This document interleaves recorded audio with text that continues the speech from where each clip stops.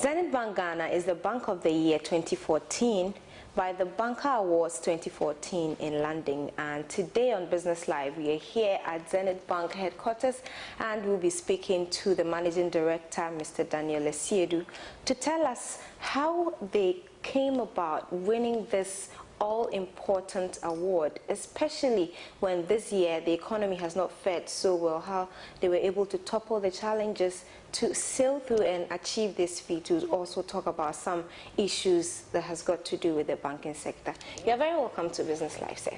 Thank you very much, Abigail. And we are privileged to have you on our show today. The pleasure is mine. Well, tell us, what is this award about before we even go into how you won it? All right. First of all, let me say that the award recognizes the performance of banks in various countries. And so this year, they assessed banks in about 155 countries.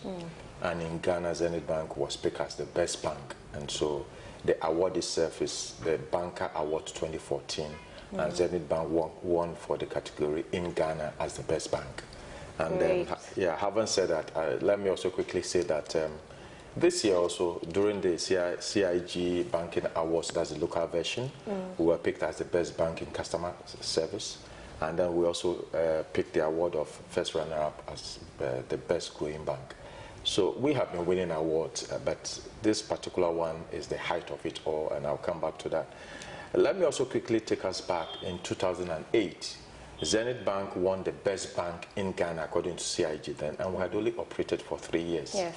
So when you look at it, in 9 years, locally we were recognized as the best bank within 3 years, and then the 9th year we have been recognized at the international level as the best bank. I mean, we can't ask for more. You can't ask for more. You have done so well. Congratulations once again. Very much. Now, Thank you. so many awards. How come you are, on top of your game, if I can put it that way? What is the secret behind these awards? Well, let me say that when you look at our vision, we say we want to be the reference point in the provision of prompt, flawless and innovative banking products and services in the Ghanaian banking industry. That is what we set out to do from day one.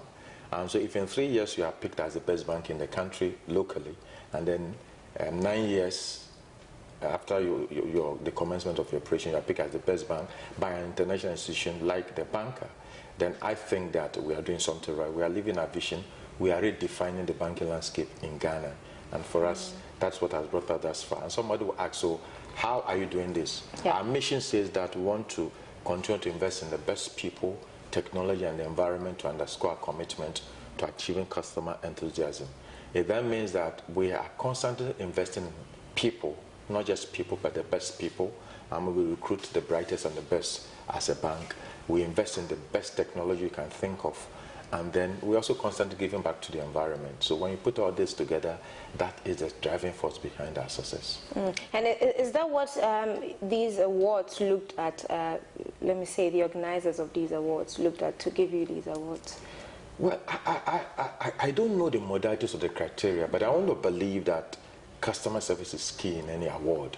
And like I said, because we were picked as the best bank locally in customer care, I want to believe that customer service has played a critical role in us getting this far. And I must also say that for us, we know that without the customer, we wouldn't have come this far. And I mean, from day one, we said, okay, this award is dedicated to our customers who has made this possible. In Zenith, the service delivery is very important to us. How we serve our customers, how we relate to them, how we address their needs. And that's why we're always very, very innovative when it comes to products and services. There are so many things in this market, there's so many products in this market that that was first defined or was first innovated by Zenith. A good example is, if you look at currently, I think Visa only allows Zenith to do online transaction, and for us, for an institution like Visa to say Zenith, we are the only one we were allowed to do international transactions via the web. We think it's a major achievement.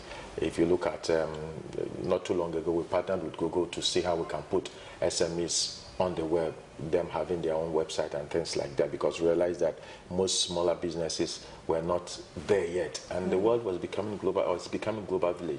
So how do you support them? So we've always been innovative in the way we deliver service to our customers. Great. The Ghanaian economy has had some few challenges, and most businesses complain that it's become difficult to do business in the country. How come you have found a way around these challenges to stay on top? Well, I think for us, it's a case of what do you make with, or what do you make out of challenges. And there are people, even when you put them in the best places, they will still complain. But for us, it's a case of, in the midst of challenges, there are opportunities. What can we do differently? What can we do best to make sure that customers are happy? And that's what we've done in the past. Here, I mean, we don't, in our strategy meetings and during our various meetings, we never talk about challenges. We talk about opportunities and what we can make out of them. And I believe that is what has made us who we are today. And we'll continue to soar because we push ourselves. We love competition, we love challenges. We think it brings out the best in us.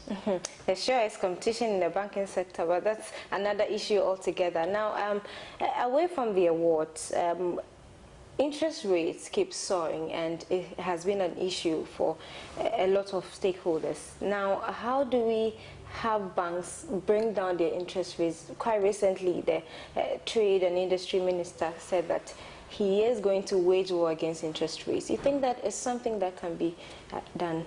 Well, this issue has been lingering on for a while. I ask a simple question. If you have money today, 100,000 Ghana cedis, and you want to invest, how will you go about it in terms of pricing? It's very simple. The first thing you will do is that, what is the treasury bill rate?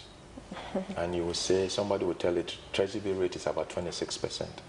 Now, the treasury bill rate can be assumed to be almost risk-free because you're lending to government. All right? So if you're lending to a bank that's supposed to have some measure of risk, the point is that you want some premium. So if for nothing at all, maybe you're looking at, say, treasury bill rate plus, say, 1. So if treasury bill rate is about 26 plus 1 is 27, and I, as a bank, I lend at 30, 31, am I asking for too much? I don't think so. But incidentally, every time this issue comes up, the blame is pushed to the banks. And my argument has always been that if we all agree interest rates are high, but then what can we all do? So if government is doing its best to bring down the treasury bill rate, the public is also being sensitized to make sure that they don't ask for more from the banks. And then we, the banks, are also aware that we cannot charge more. Then it is a complete loop. Everybody's playing his or her part. But if we continue to push the responsibility, don't forget we don't create money as banks. We only try to serve a particular needs of the society. So what is the simple definition of banking?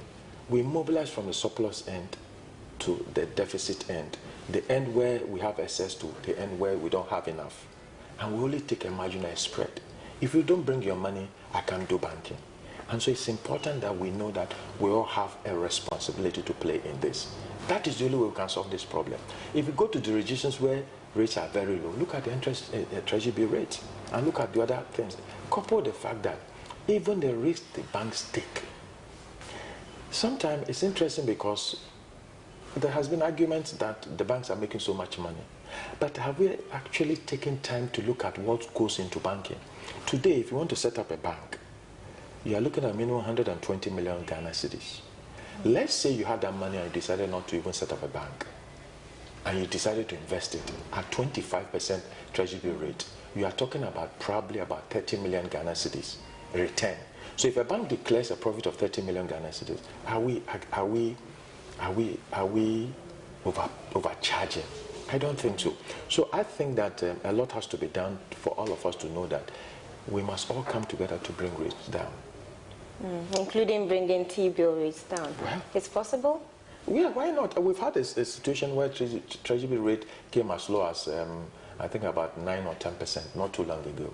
So it can be done. And we still had interest rates high. No, then, of course, we as banks, I think our average lending rate was about 16, 17. Still high. Well, there must be a margin. We are taking the risk. Don't forget. Look at the amount of bad loans we book.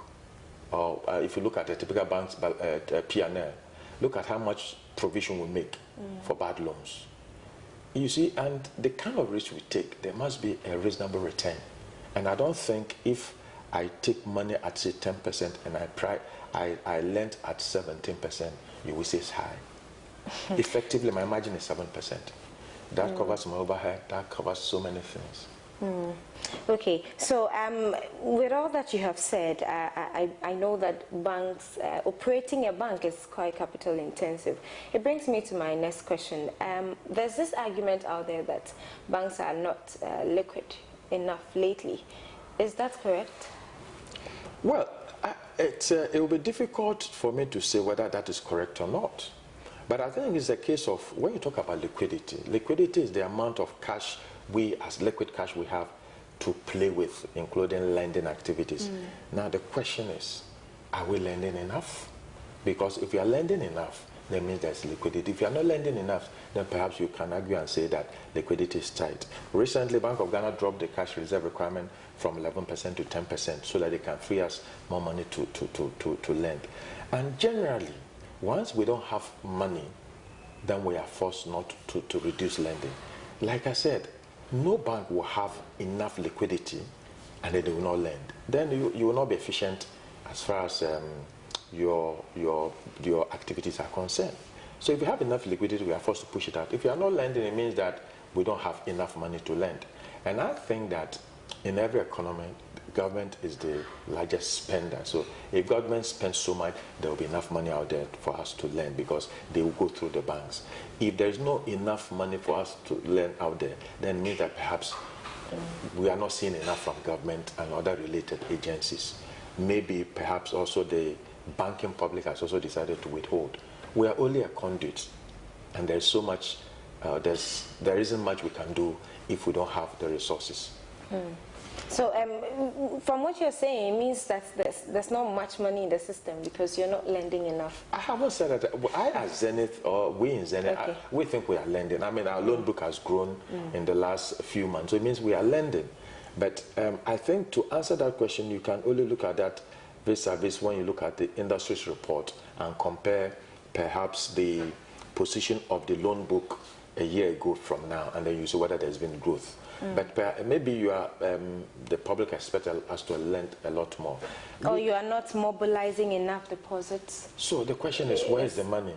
Maybe people are not bringing their monies to the banks the way we expect them to be. Why is that? I mean, I remember it was a serious challenge when the directive came and people wanted to rather keep their monies. But now they have scrapped that directive. Yeah, so maybe it would take a while for people to have the confidence to bring their monies to the banks. Maybe, I don't know. But I must say that we as banks, we are doing all that we can to make sure that we come up with the right product for people to attract, for it to attract the right deposit or to attract the right customers. And that's why we are all innovative in this industry. We've been quite innovative. And that's because if you are not innovative, you will just be left behind. So, I mean, we are doing our bits to see how we can attract deposit. It will be on how local banks, including yourself, you're coming together or collaborating to even raise funds to help in some national transactions. Talk of the Cocoa Board transaction. You see that a lot of the transactions are done on international markets, and we wonder what's happening to our local banks. Well, it's a bit sad when we have banks here and then these transactions come up, we are not able to, as it were, support it fully. I believe local participation is always negligible.